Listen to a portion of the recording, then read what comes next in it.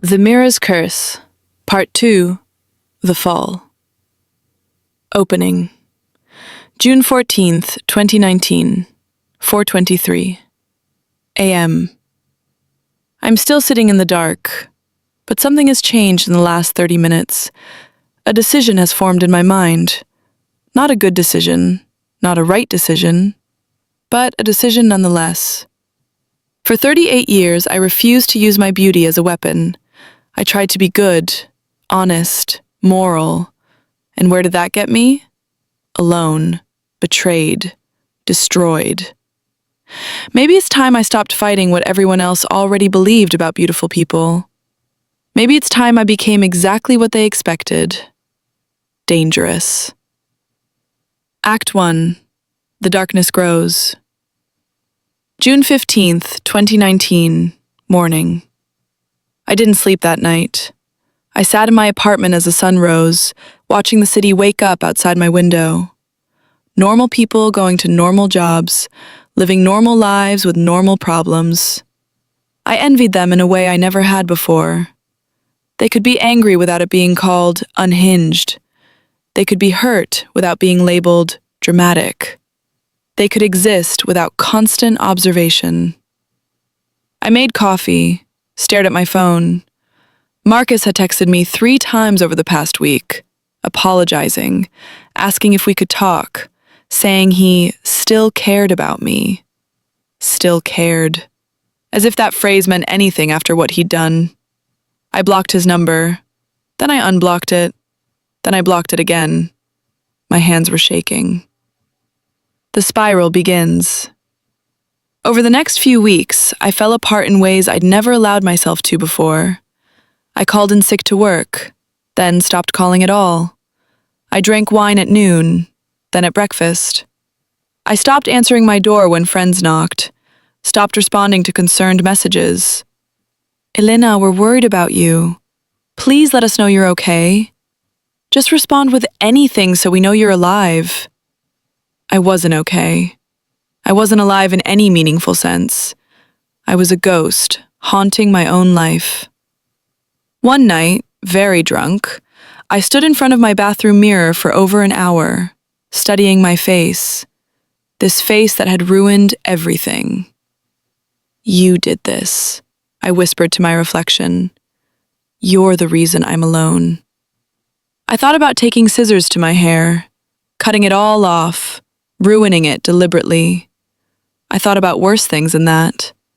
But I didn't do any of them. Instead, I had a different thought. A darker thought. The seed of an idea. July 2019.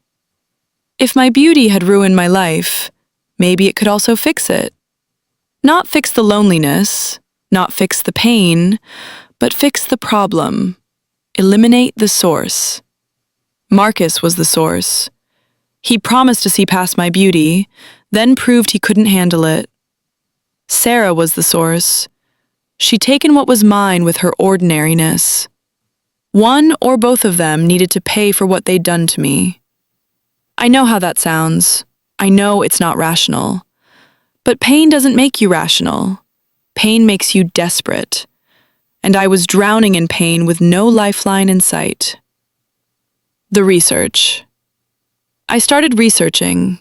Not how to commit murder. I'm not stupid enough to Google that directly. But I read true crime articles, watched documentaries, studied cases where people had gotten away with things, cases where they hadn't. The ones who got caught always made the same mistakes. They acted impulsively. They used their own hands. They left evidence. They had obvious motives. I wouldn't make those mistakes. I would plan carefully, use someone else, cover my tracks, ensure no one would suspect me. Beautiful, fragile Elena couldn't possibly hurt anyone, right? That's what everyone would think, and I would use that assumption to my advantage. Act 2. The Weapon.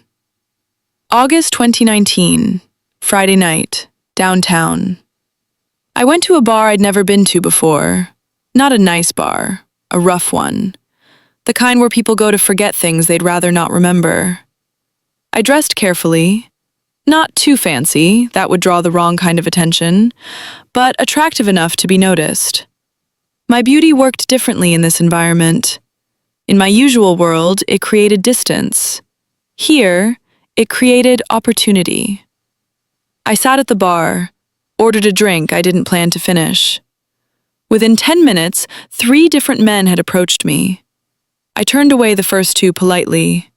The third one, I studied more carefully. Meeting David. His name was David. Not the PhD David from years ago, a different David. This one was younger, maybe 26, rough around the edges, tattoos on his arms, a scar above his left eyebrow. He had the look of someone who'd made bad choices and would likely make more. Perfect. "You don't belong here," he said, sitting down next to me uninvited. "Maybe I do," I replied. "No." He smiled, but it didn't reach his eyes. "Girls who look like you don't come to places like this unless they're looking for something specific." "And what do you think I'm looking for?" He leaned closer. "Trouble." I met his eyes. "Maybe I am." The dance. We talked for over an hour. I learned that David had been in prison. Small-time stuff, assault, theft, nothing violent enough to scare me away, but enough to prove he was capable. He was on parole, working construction, barely making rent. He kept looking at me like I was something from another planet. "Why are you talking to me?" he finally asked. "Because you seem like someone who understands how the world really works." "And how does it work?" "Unfairly," I said. "Some people have everything, others have nothing, and the ones with everything don't appreciate it."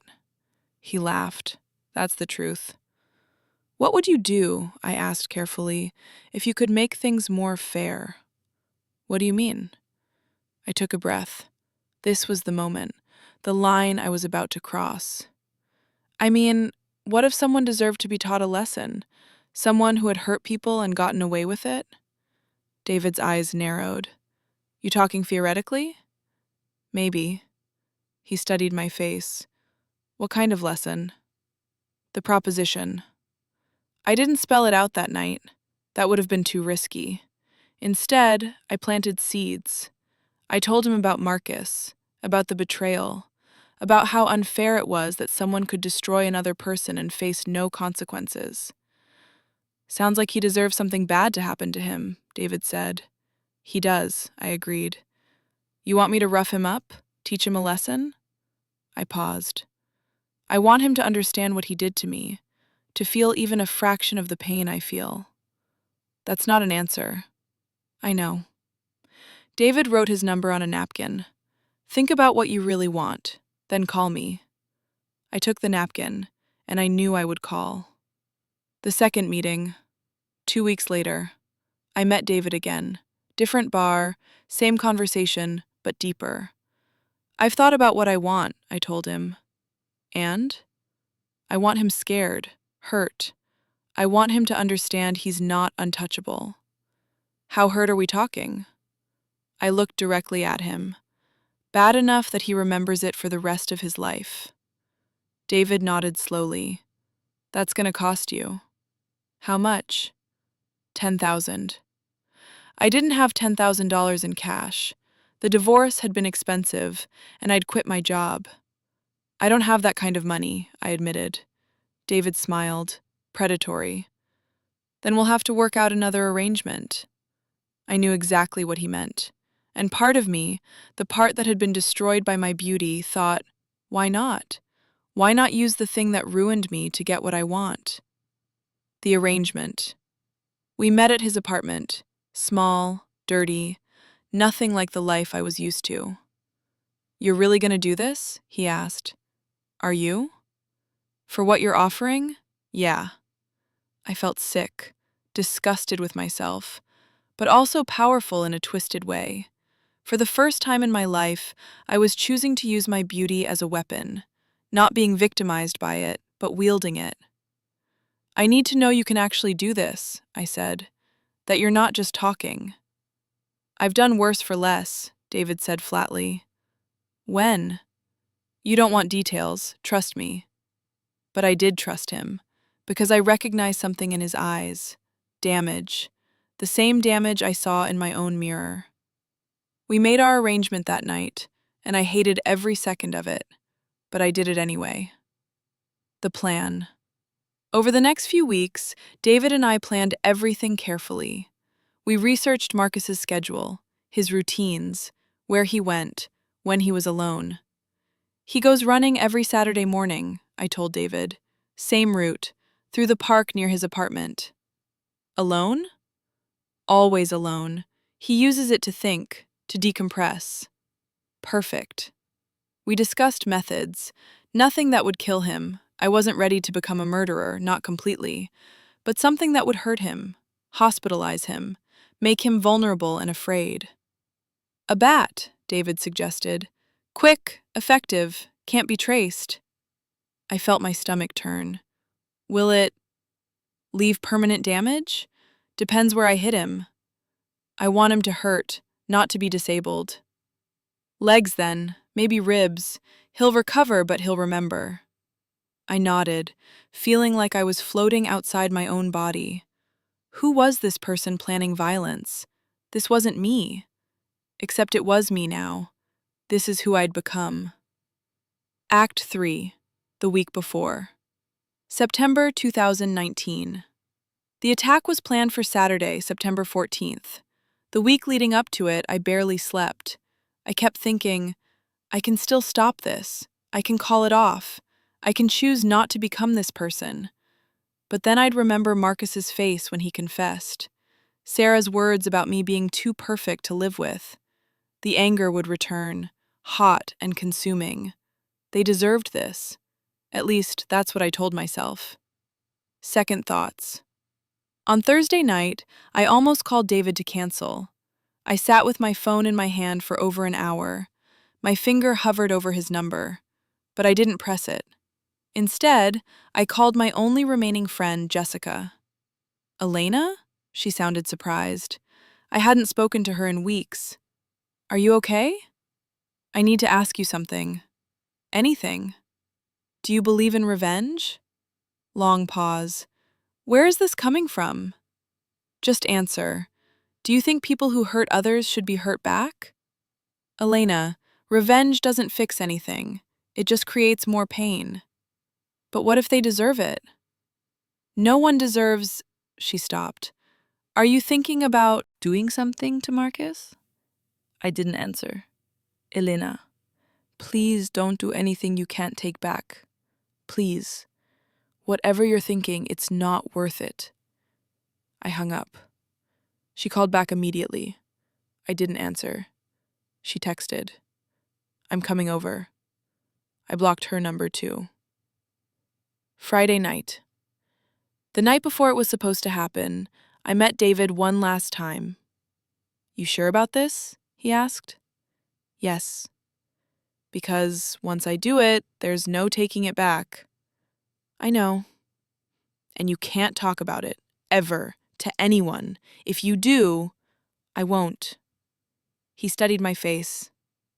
You're really beautiful, you know that? I know. That's not a compliment. I'm just saying, you could have anything. Anyone. Why are you doing this? Because beauty didn't give me anything worth having. He nodded like he understood, even though he couldn't possibly. Tomorrow morning, 7 a.m., I'll be waiting on the running path. Okay. After it's done, we never see each other again. Agreed. We shook hands. His palm was rough and calloused. Mine was soft. I wondered which one of us was really the dangerous one. Saturday morning, September 14th, 2019, 6:45 a.m. I woke up before my alarm, lay in bed staring at the ceiling. In 15 minutes, David would be in position. In 30 minutes, Marcus would start his run. In 45 minutes, it would be over. I could still stop this. I picked up my phone, opened David's contact. My thumb hovered over the call button. All I had to do was press it, tell him to abort, walk away from this insanity. But I thought about Marcus with Sarah, thought about being rejected for being too beautiful, too perfect. Thought about 38 years of being objectified and isolated and worshipped without being loved. I put the phone down, and I waited. 7:32 a.m. My phone rang. Unknown number. I answered. It's done. David's voice, breathless, urgent. Is he alive? Hurt bad. Ambulance is coming. I'm gone. Click. I sat very still. It was done. I'd actually done it. The guilt. The guilt hit immediately. Not regret, not yet, but a crushing weight of realization. I'd hurt someone, intentionally, violently. I'd become the thing I'd always feared beauty would make me, a monster. I turned on the news, waited. At 9 a.m., the story appeared. Man attacked during morning run in Central Park. Victim identified as Marcus Chen, local tech CEO. Currently in serious condition at Mount Sinai Hospital. Police investigating. Serious condition. I felt my heart stop. David said he'd be okay, said it wouldn't be life-threatening. What if he was wrong? What if Marcus died? The visit. Against every instinct for self-preservation, I went to the hospital. I had to see, had to know. I walked into Mount Sinai wearing sunglasses and a hat, asked for Marcus Chen's room. The nurse looked at me sympathetically. Are you family? Ex-wife. He's in the ICU, immediate family only. Please, I need to see that he's okay. She studied me, then softened. Even in crisis, beauty opened doors. Room 412, but just for a minute. Room 412. Marcus was unconscious. Tubes and wires everywhere, monitors beeping, face bruised and swollen, both legs in casts, bandages around his ribs. He looked broken. I stood in the doorway, unable to move forward or backward. What had I done? A voice behind me. Elena? I turned. Sarah, standing there with coffee, her eyes red from crying. What are you doing here? She asked. I wanted to see if he was... You wanted to see if he was alive? Her voice was cold, hard. After what you did? My blood went cold. What? I know it was you. I don't know what you're... Don't lie to me. Who else would want to hurt him like this? You think I did this? I know you did.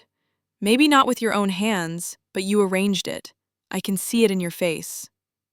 I should have denied it, should have acted shocked and offended, but I was too tired, too broken. He destroyed me, I said quietly. So you destroyed him back? He deserved to be beaten half to death, to have both legs broken, 3 ribs fractured? The details made me sick. I didn't mean for it to be that bad, I whispered. Sarah's eyes widened. You just confessed. Oh God, what had I done?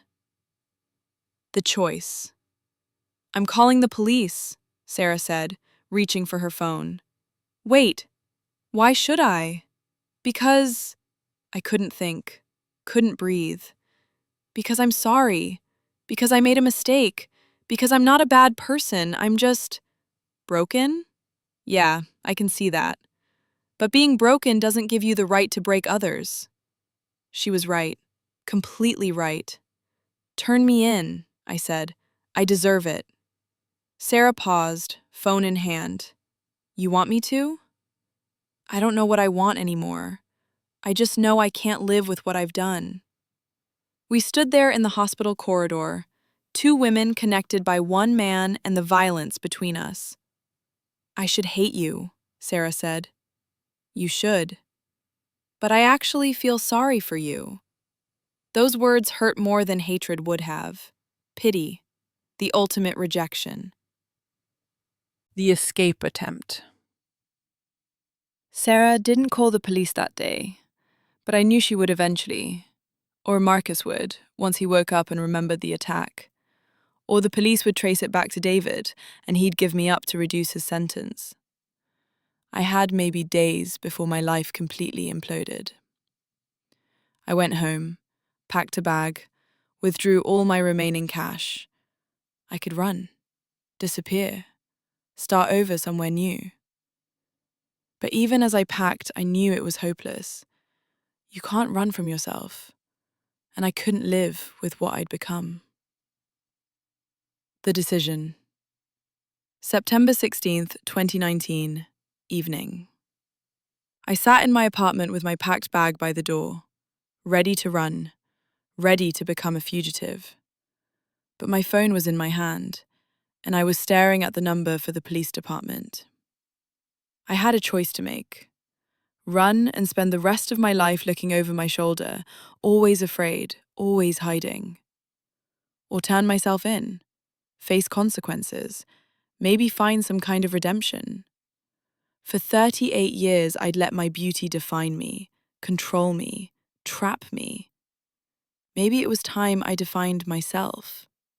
Not as beautiful Elena, not as broken Elena, just as Elena. A person who made terrible choices and needed to answer for them. The call. I pressed dial. 911, what's your emergency? I need to report a crime. What kind of crime, ma'am? Attempted murder. I arranged for someone to be attacked. Who was attacked?